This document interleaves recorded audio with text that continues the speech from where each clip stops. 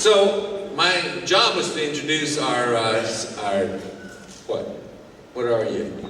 Comedian. Special guest. Entertainer, that's what I wanted to say. But I wanted to do it from the safety of the back there, but he said, no, I want you to do it from up here. In fact, he kind of demanded it a little bit, you know. And I don't know, from a guy who I gave the start in Rotary, all right? He might not think that, but I did, okay? Back in, just to let you know a little bit about, he is a member of the Baton Rouge Rotary Club in District what? 6200, that's right. In District 6200. And he came to our district conference and did his entertaining. And in 2007, that's when we had our district conference. When did he join Rotary? 2007, that's right. right after our convention. We did such a big difference in his life about that. But he has gone to the 2008 International Convention in Los Angeles. He was a presenter there in our Zones 30-31 Institute. He also did the 2011 convention in New Orleans. He's been an institute presenter where else? Oh, in Arizona. That's right. So we brought him up there. So people seem to love him. I don't know why, but he's here. And let me tell you a little bit about him, because that's what he told me to say about this. So Kent is a Cajun comedian who was born in New Iberia, Louisiana, which is in District. That's right. And then he grew up in Opelousas, Louisiana, in District. You got that right. He started performing as a Cajun comedian 32 years ago in his hometown of Opelousas, and a short time later was performing throughout the South. He is past champion of the International Cajun Telling Contest. He, joke telling, thank you. I don't have my glasses on. I'm doing the best I can. Your print is too small. So he appears regularly on several TV and radio programs and has acted in commercials and in 3 movies. Adam Sandler movies, I'm sure. So he has also performed in the Mickey Gilley Theater in Branson, Missouri, and has been seen on the E! Entertainment Network. He has been written up in numerous newspapers and magazines and by the Louisiana State Police. He currently lives in Baton Rouge and shares his Cajun point of view with audiences at banquets, comedy shows, and corporate events. So please help me welcome Kent Gonsoulin.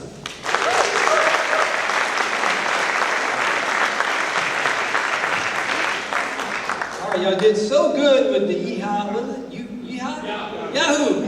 All right, let me try this. What I'm going to do is I'm going to give y'all some South Louisiana Cajun sayings. And then I want y'all to repeat after me. You ready? Okay, here we go. Hey!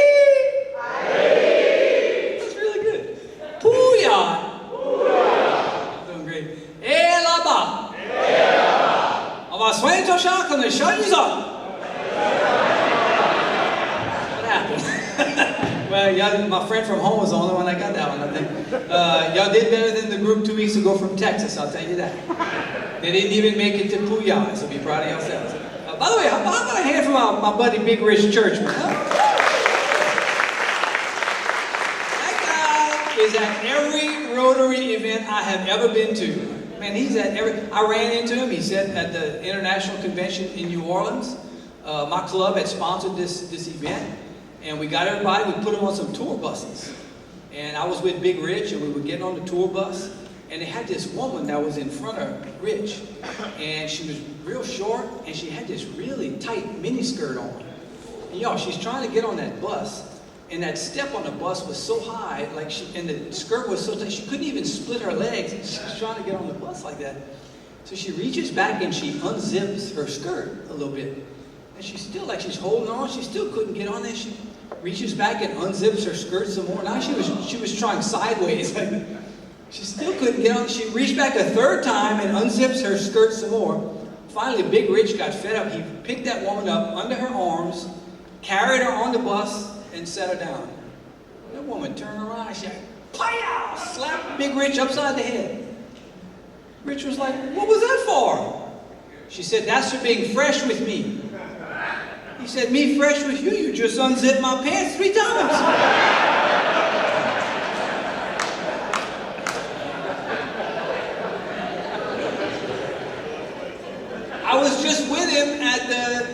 out-of-district conference in Gonzales, Louisiana. We went over there, and Big Rich was there. And in fact, we had lunch. He took me out to lunch. We were talking about this event. And we sat down to order, and they had this really cute waitress that was taking our order. And she comes up, and she asked us what we wanted. And Rich is looking at the menu. He said, I'd like a quickie. That waitress took his water glass and dumped it on his lap and walked away. I took Rich's menu. I said, hey, Rich, I think it's pronounced quiche.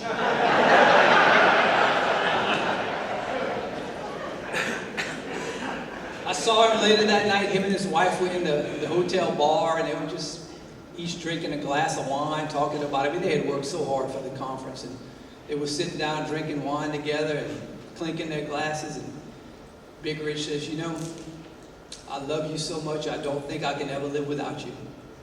And his wife said, is that you talking, or is that the wine talking? Rich said, no, it's me talking to the wine.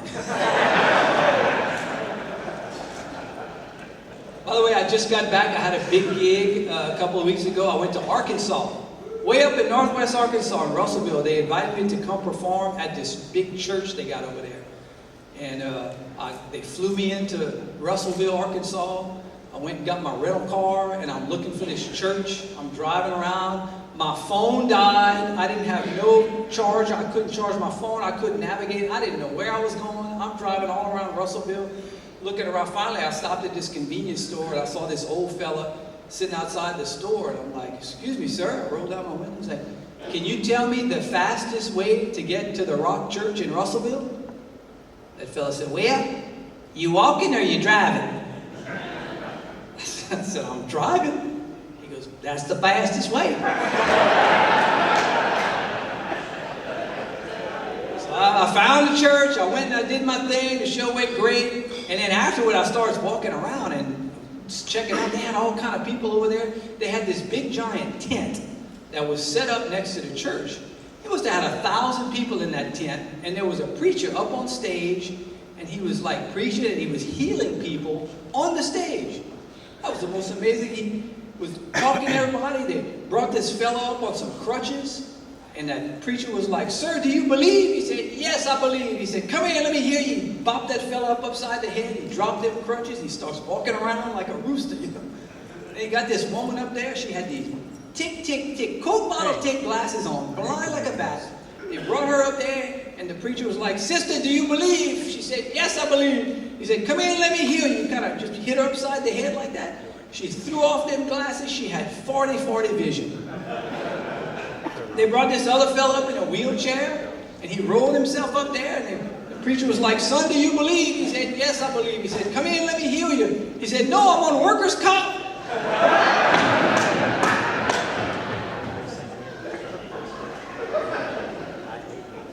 Well, okay, you got it? Well, let me tell you a little bit about myself. I was actually born in South Louisiana in a little small Cajun town called Laurelville, Louisiana. Anybody has ever heard of it? Not a big town. The population of Laurelville is 1,000 people. That's it.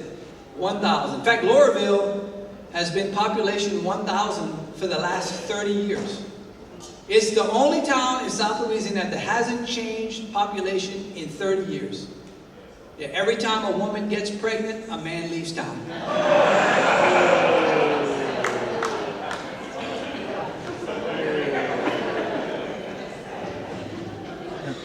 Oh, it's a small town. We only have one doctor in the whole town. His name is Dr. Boudreaux.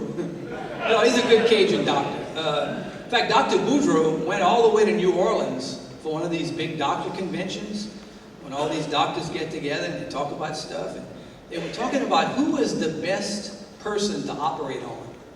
Well, the first doctor said the best person to operate on is an accountant. When you open them up, everything inside is numbered. Oh, the second doctor said that's wrong. Best person to operate on is an electrician. He said when you open them up, everything inside is color-coded. Third doctor said, that's wrong too. The best person to operate on is a construction worker. He said, they don't mind if you got a few parts left over at the end, you know. Dr. Boudreaux said, oh, you're all wrong. The best person to operate on is a politician. They have no heart, no guts, and no spine, and the head and the butt is interchangeable.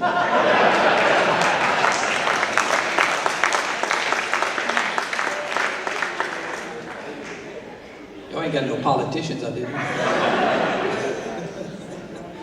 Yeah, it was fun growing up in that. My mom and daddy, my daddy was born and raised in that little small town. He grew up way out in the country in Laurelville. In fact, my daddy grew up so far out in the country that he didn't even have indoor plumbing when he was growing up. That's true. He had an outhouse.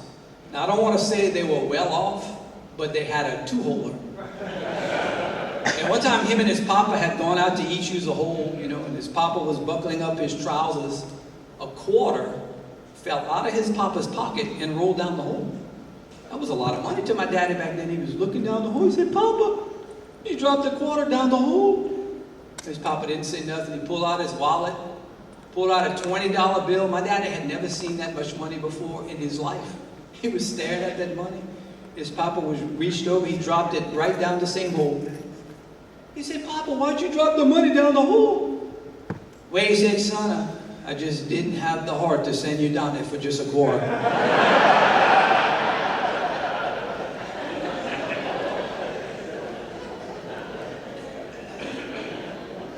My daddy still lives in the Laurelville area, still out there. He has a farm out there, he raises cattle. One time, not too long ago, he was at his farm. This man drives up in a government truck, comes up to the farm, he gets out there, and he says, "Excuse me, sir." He said, "I'm with the DEA, Drug Enforcement Agency, and we checking farms in this area, and I'm going to be just letting you know I'm going to be checking your farm out." My dad said, "No problem." He said, "Just one thing, don't go in the pasture right behind the barn." That DEA agent said, "Let me tell you something, sir." He pulls out his badge. He said, "You see this badge? This badge says I can go anywhere I want on your farm, and you can't tell me nothing. You understand that?" My daddy said, "Yeah, no problem. Help yourself." So he starts working on his tractor. That man walks away.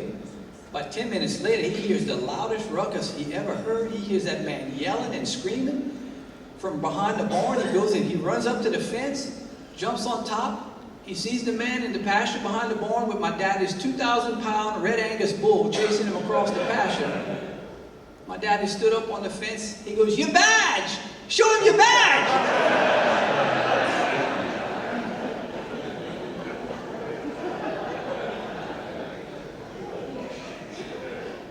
My mom and daddy are getting along in years. They're both in their mid-80s now. And I have to say, my mama, they're still driving. My mama started developing this bad habit. She's been leaving the keys in the ignition to her car when she goes places. My dad has been getting on her about it. He goes, "You can't leave your keys in the car. Somebody's going to steal the car." Well, she went over to one of our big towns over there, Lafayette, Louisiana. She gets to the mall in Lafayette. She goes in shopping, comes out after she finished shopping, can't find her car. She's like, "Oh my God, I finally did it. I left the keys in the car. Somebody stole it." So she calls the Lafayette City Police Department. They come out, they write the stolen car report. And then she has to call my daddy. She said, "Baby, I finally did it. I left the keys in the ignition. Somebody stole the car." My daddy said, "Nobody stole your car. I dropped you off at the mall." She said, "That's right, I forgot." She said, "Well, can you come and pick me up?" He said, "I sure can, just as soon as I convince this cop that I didn't steal your car." That is a tough thing. Like, how do you decide when somebody's too old to drive? I got an aunt that lives in Laurelville. She's 95 years old. She's still driving. Her name is Aspazi. That's a good Cajun name. She's still driving. I went and drove with her the other day. We went from Laurelville to the next town over, New Iberia. I got in the car. I'm in the passenger seat. We get into New Iberia. She comes to the first red light we come to in New Iberia. Shoop, she runs the red light. I was like, "Oh my God." I didn't want to say nothing and make her nervous, So we go 2 more blocks. She runs another red light. Finally, I said, "Aspazi, I don't want to alarm you, but you just ran 2 red lights back there." She goes, "Oh, I'm driving?"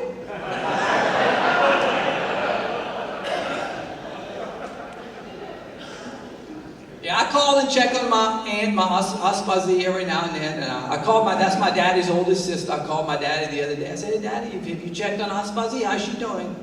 "Oh," he said, "You're not going to believe what she does." She done took up aerobics class. Can you imagine that at her age? She's taking aerobics. Oh, she went to the class. She got in there. She stretched, then she pulled, then she stretched, then she pulled. By the time she got her leotards on, the class was over.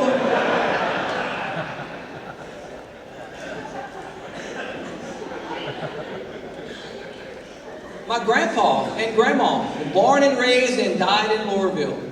Always had lived there their whole lives. In fact, my grandparents were married 65 years before they died. Yeah, in fact, I remember when the morning of their anniversary, 65 years, my grandparents woke up. My grandma said, Papa, today's our 65th wedding anniversary. Isn't that something? She said, what you say I don't go out and kill a chicken and we'll make a big Cajun gumbo? My grandpa said, why do you want to blame a chicken for something that happened 65 years ago? In fact, the newspaper reporter came to my grandparents to go interview them about their anniversary. The newspaper reporter from New Iberia came over and the reporter was like, well, his name was Delma. He said, Mr. Delma, what's the secret for being married 65 years? My grandpa said, well, I have 4 secrets for that. Secret number 1, you got to find a woman that likes to cook. She can cook a good meal every night, keep your tummy happy. Secret number 2, you got to find a woman that likes to work. She can get a good job so you don't have to work too hard. Secret number 3, you got to find a woman that can keep you happy in the bedroom. And secret number 4, and most important of all, you got to make sure them 3 women don't ever meet up with each other.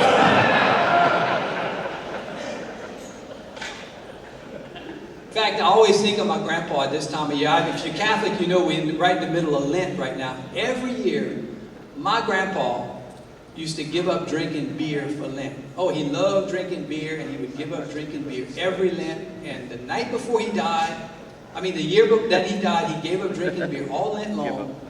And he went out and drank beer all night, the night before Easter to catch up. So he's walking back home at 6 o'clock Easter morning. And he went down by the bayou so nobody would see him coming home that late. Sure enough, they were having one of those sunrise Easter services, and they were baptizing people in the bayou. My grandpa walked up too close to that. The preacher grabbed him behind the collar, drug him in the bayou, put his head in the water, pulled his head out. He said, have you seen Jesus? He said, no. Put his head in, he pulled his head out. He said, have you seen Jesus? My grandpa said, no. Pulled his head out again. He said, have you seen Jesus? My grandpa said, no, but before you do that again, you sure that's where he went down?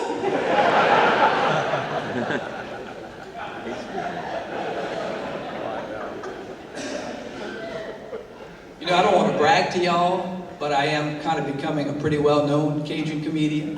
In fact, I had a big gig just the other day. They invited me to perform at the nursing home in Lowerville.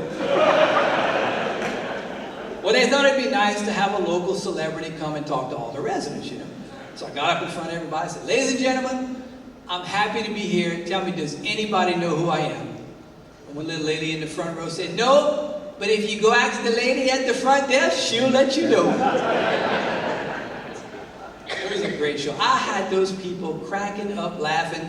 There wasn't a dry seat in the house. In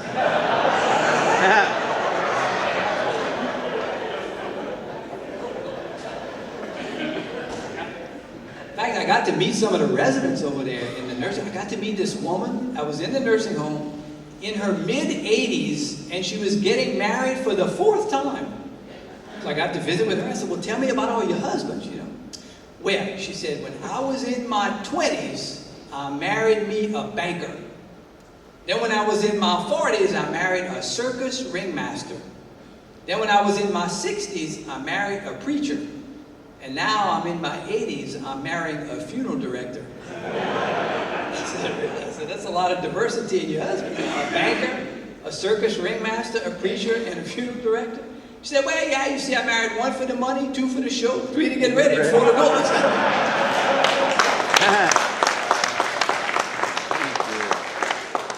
I love that joke.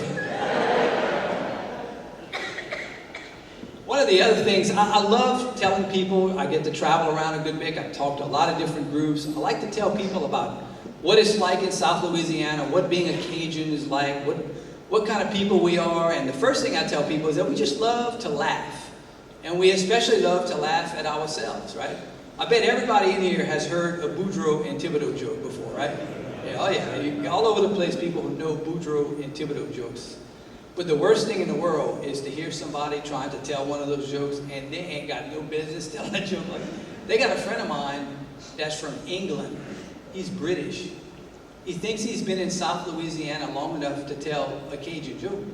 That's not pretty new. This is my friend from England trying to tell a Cajun joke. I mean, how about there was Boudreaux and Thibodeau. Of course, Boudreaux walked up to Thibodeau. Thibodeau's hair was all mussed up. His clothes were tattered and torn. He had 2 black eyes, to which Boudreaux replied, "Good God, man, what happened to you?" To which Thibodeau replied, "Well, then I was riding this horse, and the horse started to buck and buck. I tell you, the beast was mad. Finally, I was able to jump off the horse, but my foot got caught in the stirrup." To which Boudreaux replied, "Well, how did you get out of that?" To which Thibodeau replied, "Well, if the manager at Walmart hadn't come out to unplug the machine, I'd still be on the horse."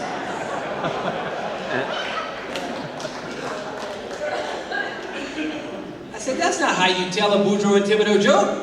I said, "Look, it goes like this. Boudreaux and Thibodeau went moose hunting in Alaska. They killed 4 mooses in Alaska. They went to load them 4 mooses on that little bush plane that was going to fly them out of there. The pilot saw that. He came running out there and said, 'Hey, whoa, whoa, whoa, whoa. Ain't no way 4 mooses can fit on that plane. I can't fly that out. That's too heavy.' Well, Boudreaux said, 'Well, me and Thibodeau came here last year. We killed 4 mooses, and that pilot let us put them on the plane.' Well, the pilot said, 'I guess if they let you do it last year, we can try.' So they loaded their mooses up on the plane. The plane starts taxiing down that little grass runway. Barely got off the ground, it was so heavy. They barely cleared the trees at the end of the runway. They get 4 miles past the runway, the plane crashes. And Boudreaux and Thibodeau came crawling out the wreckage. Boudreaux looked around, he's like, 'Man, where we at?' Thibodeau said, 'I don't know, but I'm pretty sure this is close to where we crashed last year.'"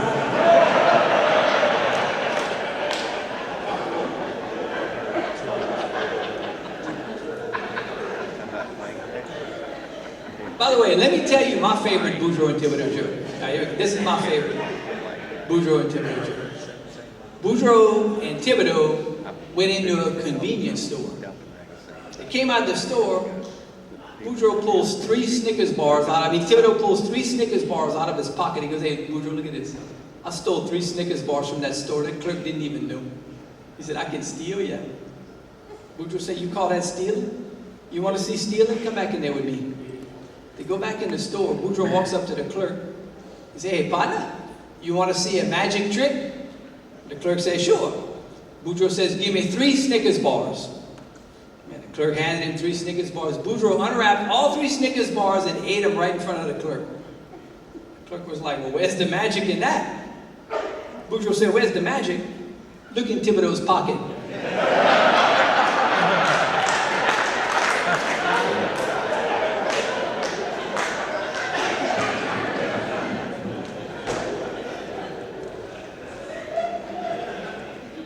Here's another thing I like to tell people about Cajuns, and that's ma'am, you all right? Can you come to my show next week and sit right in the front? Here's another thing I like to tell people about Cajuns. We have some great words and expressions in Cajun French. Things like laissez les bon temps rouler, that's let the good times roll. Joie de vivre, that means the joy of life. And my personal favorite, we're going to pass a good time, yes, Shat. But they have a few other Cajun sayings that y'all might not know about. I thought I would teach y'all that today. So the first one, let's say somebody that's not a Cajun might say, "Excuse me, but would you mind repeating what you just said?" A Cajun just said, "Huh?" Here's another. Let's say somebody really ugly comes up to you and calls you ugly. That's the sausage calling the boudin link, huh? Here's another. Tick a 10. That's when you order a pizza. You want the thick crust and a thin crust. Tick a 10. But by far, the best word in Cajun French of all time is couillon.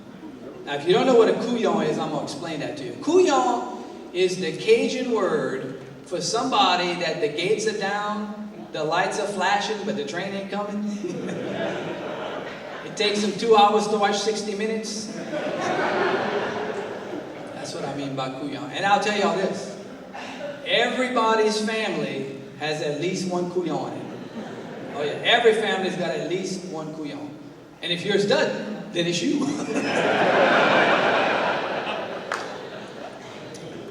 Probably though, the best example of a couillon that I can think of is back when I graduated from high school in Opelousas, Louisiana, class of 1983.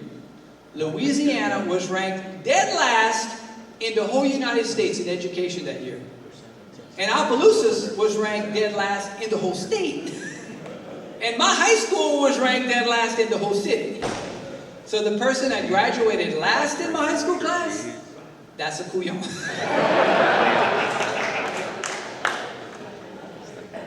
And I'll tell y'all this. Sometimes smart people can do couillon things too. Y'all remember when Bill Clinton was president and he was lying to everybody on TV? Now that was a smart man, but I thought when he lied to everybody on TV, that was pretty couillon. I always thought if Bill Clinton had been a Cajun, he wouldn't have had to do all that lying. He could have got on TV and gone, now you listen to me. I did not have relations with that woman, Miss Lewinsky. But we sure passed a good time, yes,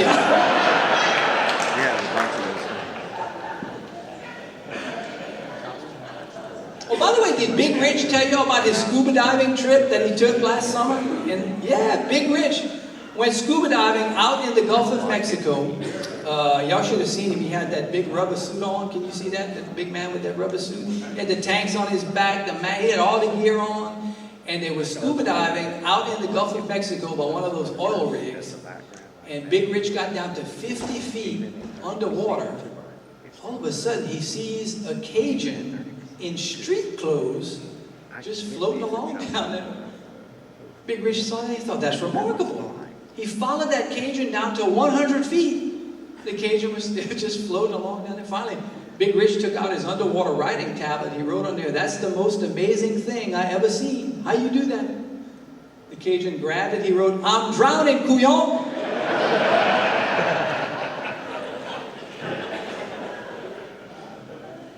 I had a big corporate gig the other day, and they invited me to perform at this Japanese-owned corporation that's in Louisiana. And they had literally 50 men from Japan that were at the show. They were all sitting right in the front row in front of me.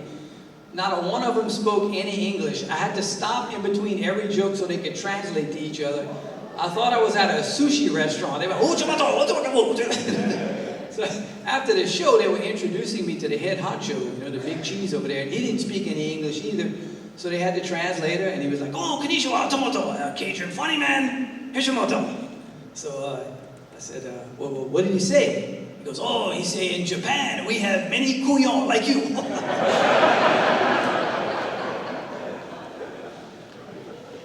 Here's another thing I like to tell people about Cajuns, and that sometimes we have a tendency to twist our words up and get them backwards. And it's not because Cajuns are dumb, it's just sometimes when you translate from Cajun French into English, you can twist the words up, you know. For example, some people go sightseeing, we go sight looking. Some people have pain in their sciatic nerve, we have the satanic nerve.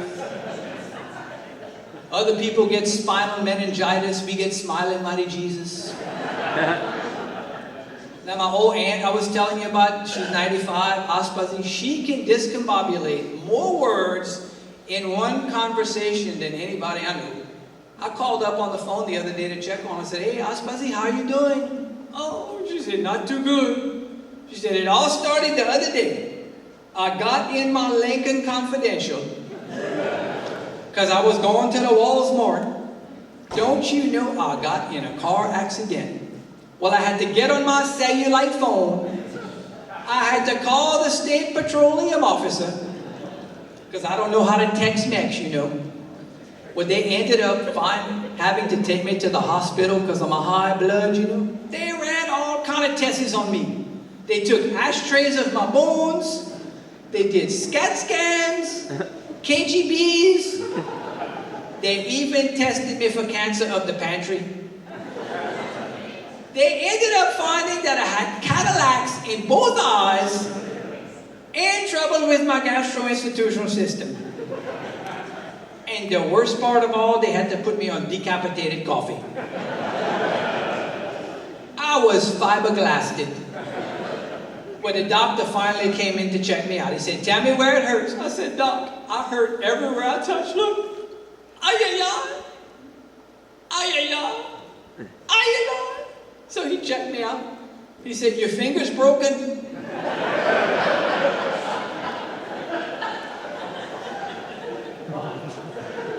That was the only joke those Japanese fellas got. They were all holding up their finger going, well, folks, my time is up, but before I go, I do want to leave y'all with some advice that my old grandpa gave me years ago, and I've stuck to that. It's very similar to the rotary four-way test. And he told me that you never criticize a man until you walk a mile in his shoes. And then when you do, it's okay because you're a mile ahead of him and you got his shoes. Thank y'all very much. My name is Ken Gonsoulin.